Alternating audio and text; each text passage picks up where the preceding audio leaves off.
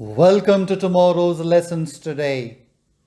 This session focuses on a past paper walkthrough for first language English with particular attention to paper 1 question 4 and paper 2 question 1b as part of Cambridge IGCSE examination preparation. The tutorial offers a clear step-by-step guidance on directed writing with a strong emphasis on crafting an effective discursive speech. Viewers are encouraged to watch the video in full without skipping any sections in order to gain a complete and thorough understanding of the techniques involved. If you find this tutorial helpful, please consider subscribing to the channel, liking the video, sharing it with others, and leaving a comment. Additionally, click the notification bell to stay updated whenever new content is released. It is essential to read the question carefully in order to fully understand what is being asked.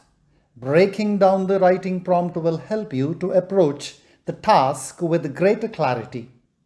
First, consider the key elements of the task. Context: you have been on a school visit to Sintra. Style or form: a speech. Once you understand these key elements, consider the VARP. Voice: as you are delivering the speech, it should be written in the first person. Audience: your fellow students. Language register: formal. Purpose: you are describing your experience and encouraging your fellow students to visit Sintra. After identifying these aspects, focus on the bullet points outlining what to include in your speech. Bullet point 1, give information about the history of Sintra. Bullet point 2, describe what visitors can see in Sintra. Bullet point 3, explain why Sintra is an interesting place for a family holiday. It is also important to use your own words by developing ideas independently rather than copying directly from the text. Once you understand the task, focus on the technical aspects of your response. Word limit: 250 to 350 words. Tone: respectful and persuasive. Genre: discursive. Marking criteria: content worth 10 marks, assesses how effectively the speech is based on the text.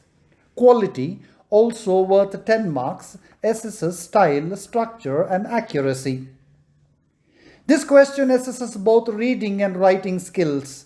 The reading assessment objectives evaluate students' ability to understand both explicit and implicit meanings, develop ideas using appropriate textual support, and select and use information purposefully and effectively.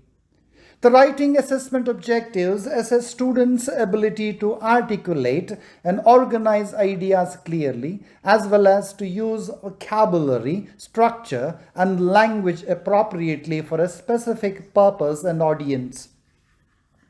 Your response should include the following elements: an appropriate salutation that addresses the audience and expresses appreciation for their presence. If the prompt provides a specific salutation, ensure that it is used accordingly. An introduction that outlines the context and states the purpose of the speech. 3 body paragraph based on the 3 bullet points. Each body paragraph should begin with a clear topic sentence that directly addresses one of the bullet points and uses appropriate sentence starter. Each paragraph should include at least 5 well-developed ideas supported by relevant details from the text and connected through appropriate transitions. A conclusion that reinforces the context and restates the purpose of the speech. A thank you note that expresses gratitude to the audience. Read the text carefully to identify the key ideas. Alternative, valid answers and unexpected approaches should be rewarded when they clearly demonstrate the required knowledge and skills. Ensure that all content is clearly related to and derived from the text Ideas should be evaluated and developed in a relevant and meaningful way. Reread the text to identify key details from bullet point 1. Do not copy sentences directly from the text with only minimal modification. Instead, use a synonymous language and develop ideas independently. For example, detail 1 shows how the town has preserved its medieval buildings. Detail 2 suggests that people visited the area thousands of years ago. Detail 3 reflects royal wealth. Continue reading the text. Detail 4 refers to the range of architectural styles. Detail 5 shows how Franciscan monks rejected comfort and chose to live simply. Your response to bullet point 1 should be structured as follows. Begin with the topic sentence that directly addresses bullet point 1.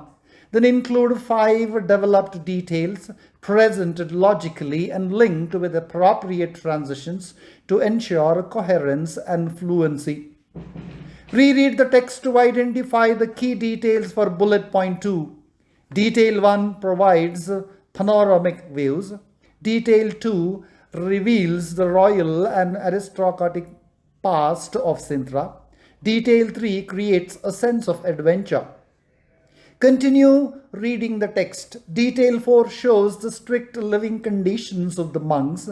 Detail 5 offers a fairy tale experience. Your response to bullet point 2 should be structured as follows. Begin with the topic sentence that directly addresses bullet point 2. Then include 5 well-developed details presented logically and linked with appropriate transitions.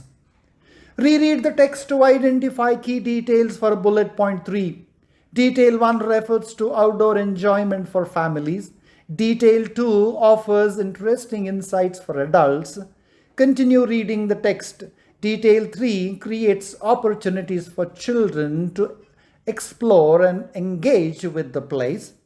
Continue reading the text. Detail 4 provides information about accommodation. Detail 5 suggests opportunities for relaxation. Your response to bullet point 3 should be structured as follows. Begin with the topic sentence that directly addresses bullet point 3. Then include 5 developed details presented logically and linked with appropriate transitions. The final version of your speech should be presented using the following structure. Evaluators use the following rubric to award a mark out of 10 for reading based on the content of the writing.